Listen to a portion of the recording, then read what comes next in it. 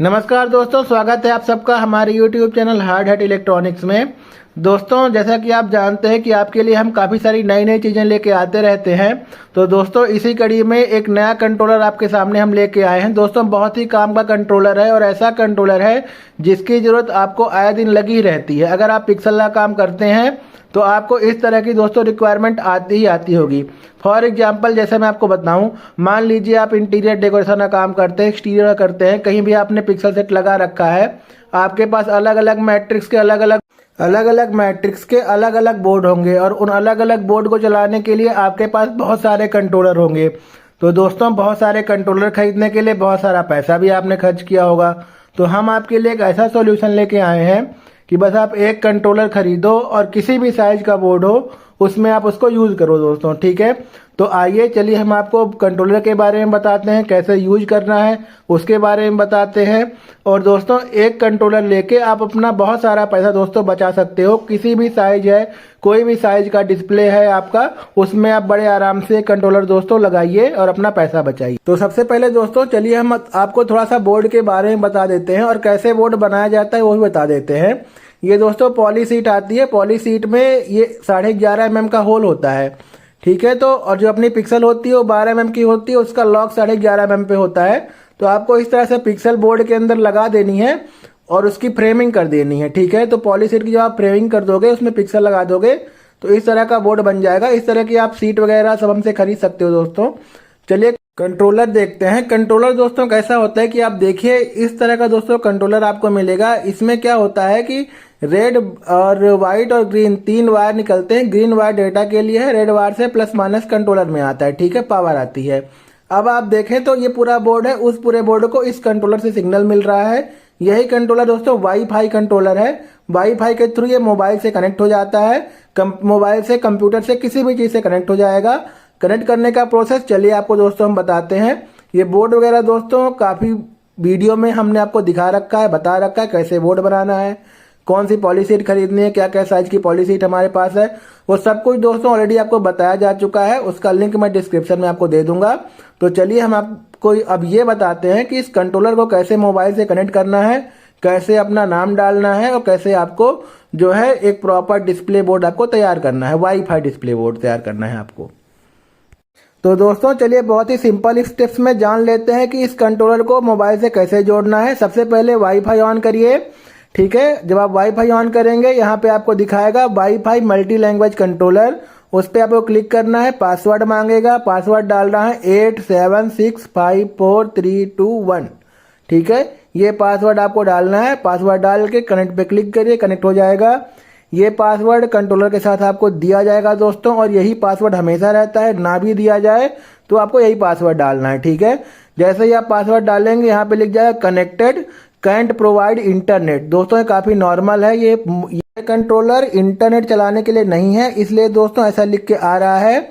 यहाँ पे आपको दूसरी चीज ये ध्यान रखनी है कि अपने मोबाइल का इंटरनेट बंद रखना, जैसे मैंने अभी आप बंद करके दिखाया आपको, ठीक है। उसके बाद आपको गूगल क्रोम ओपन करना है, वहां पे ब्राउजर पे डालना है 192.168.4.1। ये आईपी एड्रेस है, ये भी आपको कंट्रोलर के साथ मिलेगा, नहीं मिलता है तब भी आपको यही डालना है, ठीक है।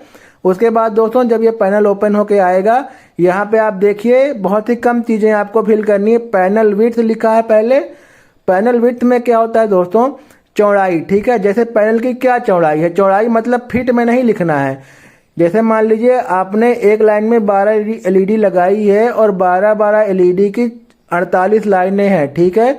तो आपको विड्थ में 48 लिखना है। मान लीजिए आपका पैनल 10x60 का है, तो मतलब एक लाइन में 10 एलईडी, टोटल 60 एलईडी, तो वहां पे विड्थ में आएगा 60, ठीक है। उसके बाद हाइट हम देख लेते हैं। हाइट मतलब वही कि एक लाइन में कितनी एलईडी है वो आपको लिखना है, ठीक है। तो जैसे मेरे पास क्या है कि 12 एलईडी है, मतलब मेरे पैनल में जैसे मैं आपको दिखा चुका हूँ 12 एलईडी है, मैं यहाँ से 12 सेलेक्ट कर लूंगा।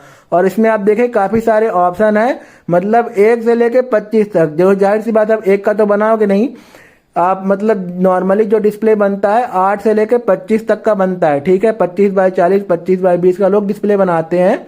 तो उस रेंज में आप कोई सा भी यहाँ पे पैनल हाइट में सेलेक्ट कर लीजिए और उसके बाद सेंड पैनल साइज में क्लिक कर दीजिए, तो कंट्रोलर के पास सेंड पैनल साइज चला जाएगा। मतलब कंट्रोलर को पता चल जाएगा कि किस साइज का डिस्प्ले में वो लगने जा रहा है। ठीक है, उसके बाद दोस्तों टेक्स्ट डालना है। जैसे मैं यहाँ पे डालता हूँ नमस्कार, हिंदी में डालूंगा मैं।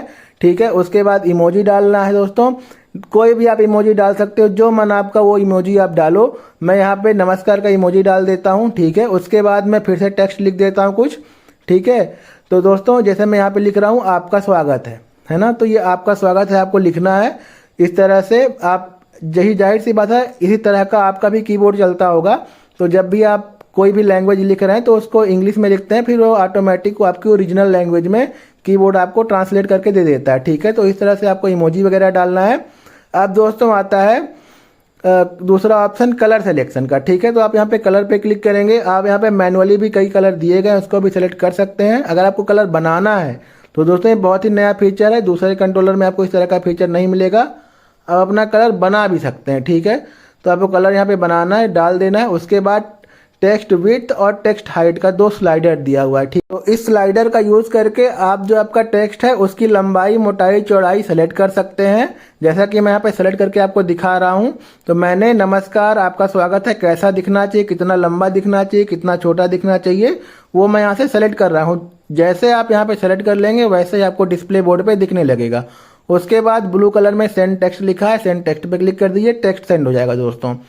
इसमें दोस्तों एक और फीचर है, मान लीजिए आपने ये डाला, फिर आपको दूसरी लाइन में भी कुछ डालना है, फिर तीसरी लाइन में भी कुछ डालना है, तो आप यहाँ पे टेक्स्ट लिख के सेंड टेक्स्ट करते रहिए। ठीक है, तो सारे टेक्स्ट जाते रहेंगे कंट्रोलर में। जैसे मैं यहाँ पे दूसरी बार लिख देता हूँ, नाम डाल देता हूँ प्रशांत। ठीक है, तो मैं दोस्तों ये नाम डाल रहा हूँ।